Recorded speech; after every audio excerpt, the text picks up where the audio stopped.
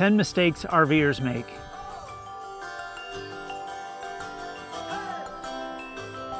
Some of these are mistakes that we have made ourselves, and others are mistakes we have seen in our years on the road. Number 1, when you have an electric site only, or you're boondocking or dry camping, and you forget to stop at the fill station to fill your freshwater tank. Yeah, this has happened to us early on when we were starting our RVing adventures.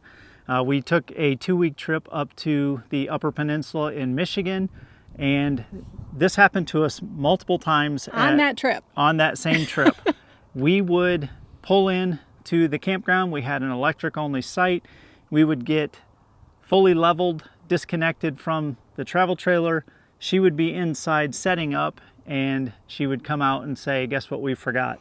And you guessed it, we forgot to fill up our fresh tank. We would have to put everything away, hook back up, and drag our RV probably within sight 100 yards away just to put water in it. So always make sure you stop first and get fresh water. If you're boondocking, find that location before you get there.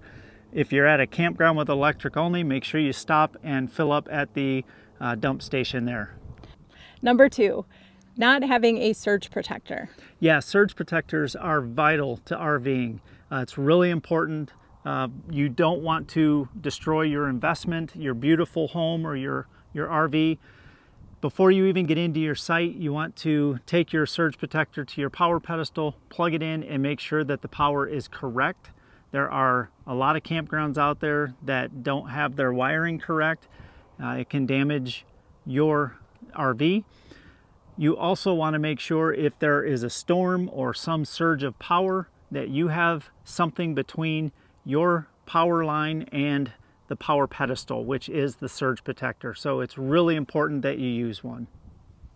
Number 3, not upgrading your RV mattress. This is a personal mistake, and one that took us a few years to realize what a huge mistake it was. We were purchasing the memory foam toppers in the 3 and 4 inch thicknesses, and they would start out comfortable at first and everything was great. And then eventually we would end up with a mountain between us. We would flip the memory foam topper and we would be fine for a little while, but bottom line is I was pretty much always uncomfortable until we found RV Mattress.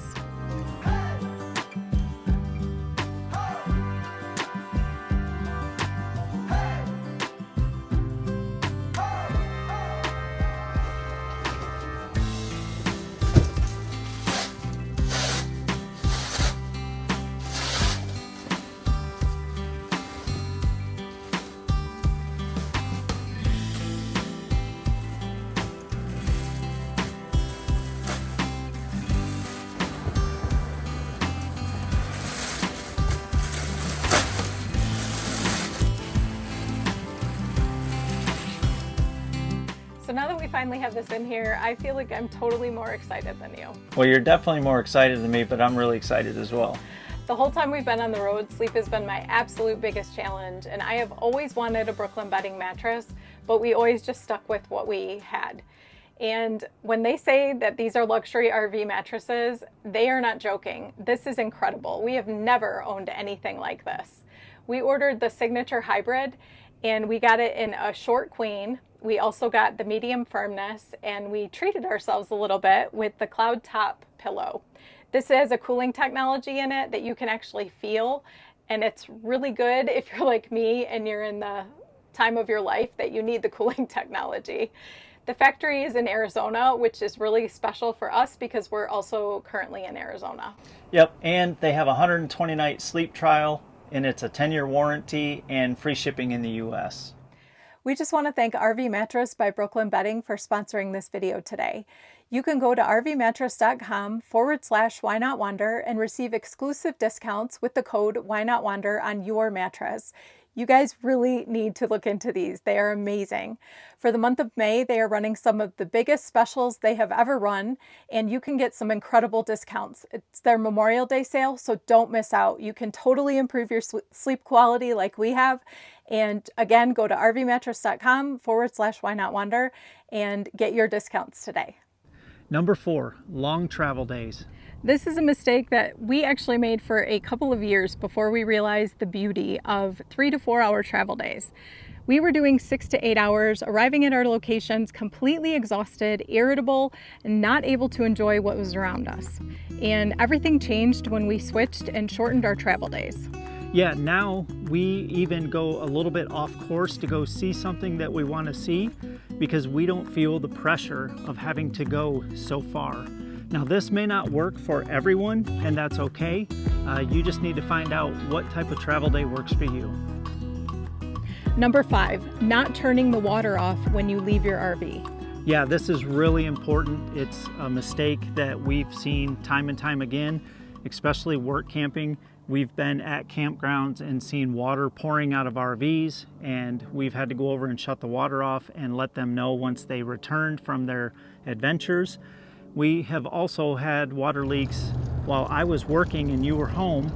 She noticed water in the bathroom and in the bedroom and went out and shut the water off. So it's really important when you leave for the day to go adventure, make sure you turn the water off so you're not damaging your RV. I mean, I would even say if you're leaving for a few hours to run errands, we turn our water off even if we're going to run errands.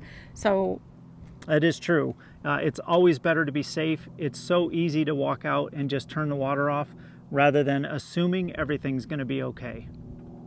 Number 6, not having a water pressure regulator. Having a water pressure regulator is really important. Similar to turning off the water before you leave for the day, having a good quality water pressure regulator really makes a difference.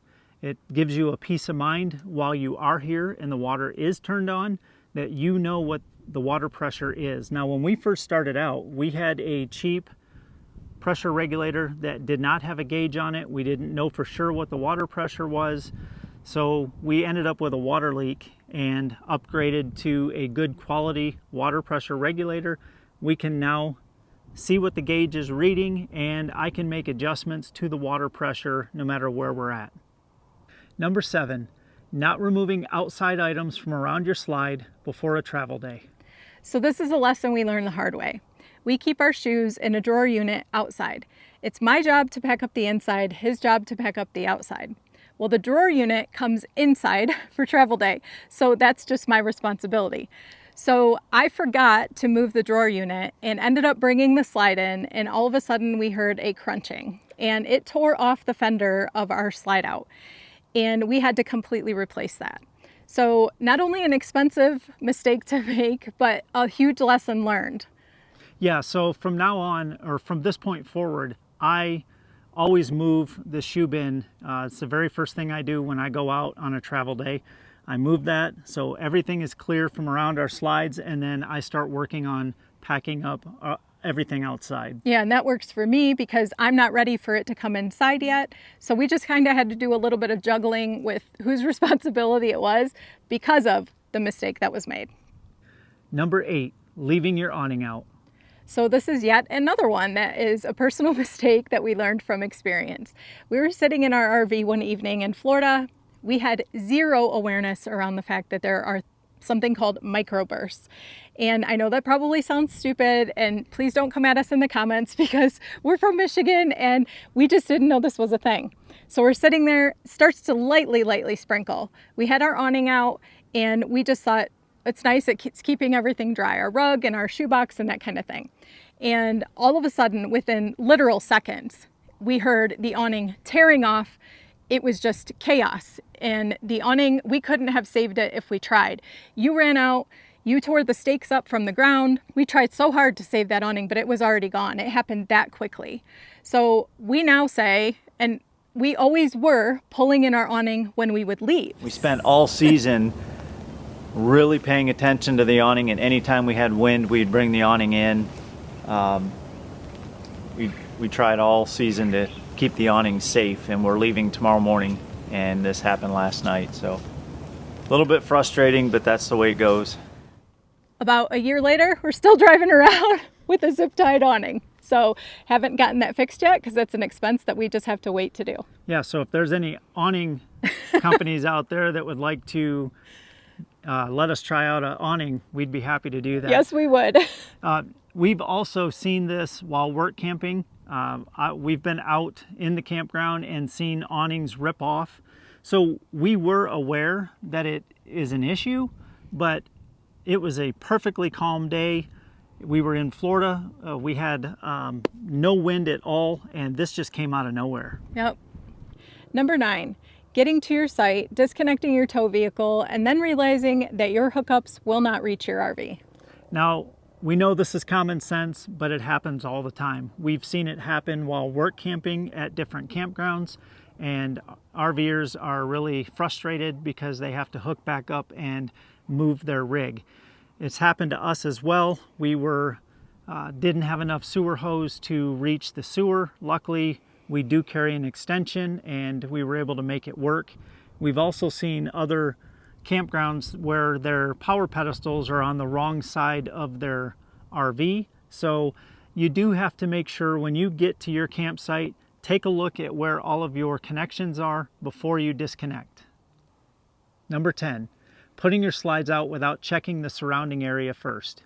So this is one that could have been really bad for us. And I always, when I go in there, I will put the slide out just a little bit, and then I squeeze through and I take my phone flashlight and I just make sure that there are no fallen objects or drawers open or cabinet doors open. So if your slide is closed and these drawers open up while you're traveling down the road and you don't check and you open up this slide, it will rip these drawers right off. And when I went in one time, there was his desk drawer was open, and that would have ripped off the whole front of the desk drawer and even probably the drawer, if I hadn't gone in there and checked. I've also gone in and our Berkey water filtration system, our lid has been completely off and could have been an obstacle for the slide. So you can have this happen with so many different things, and it's so important to check. It's also important to check outside as well. You can have, like, sometimes I'll just say, hey, are we clear on the slides, just to make sure? And you definitely want to do that. We've never had any run-ins with that, and we've never really seen any, but that's something to always remember. Surprise, we have 2 bonus mistakes for you. Number 11, leaving your black tanks open. Yes, this is a big issue and we needed to talk about this. So many people feel it's okay to leave their black valve open and use the restroom. And what happens is that causes a poop pyramid. If you talk to any RV tech, they will even confirm it's really important that you close your valve, let that tank fill up, and let the solids and the liquids mix and dissolve each other. And then when you open that valve, the force of the water actually flushes everything out, and then you don't have that poop pyramid. When you leave that valve open all the time, the liquids run out, the solids just pile up. Now, we have a lot of comments on our videos that people are arguing against this, so we felt this was important to mention. Number 12, not using enough water when you flush. This is another one of those things that's debatable in the comments, but we live by, if you're going number 1, flush once. If you're going number 2, flush twice. We fill the toilet bowl almost all the way up, and we can't emphasize enough how important it is to have enough water in that tank. If you're on full hookups, it doesn't really matter. You can do that and it's okay. If you're trying to conserve water, there are other ways you can do that, but you need to make sure that you have enough water in your tanks when you're flushing. Now get out there and wander.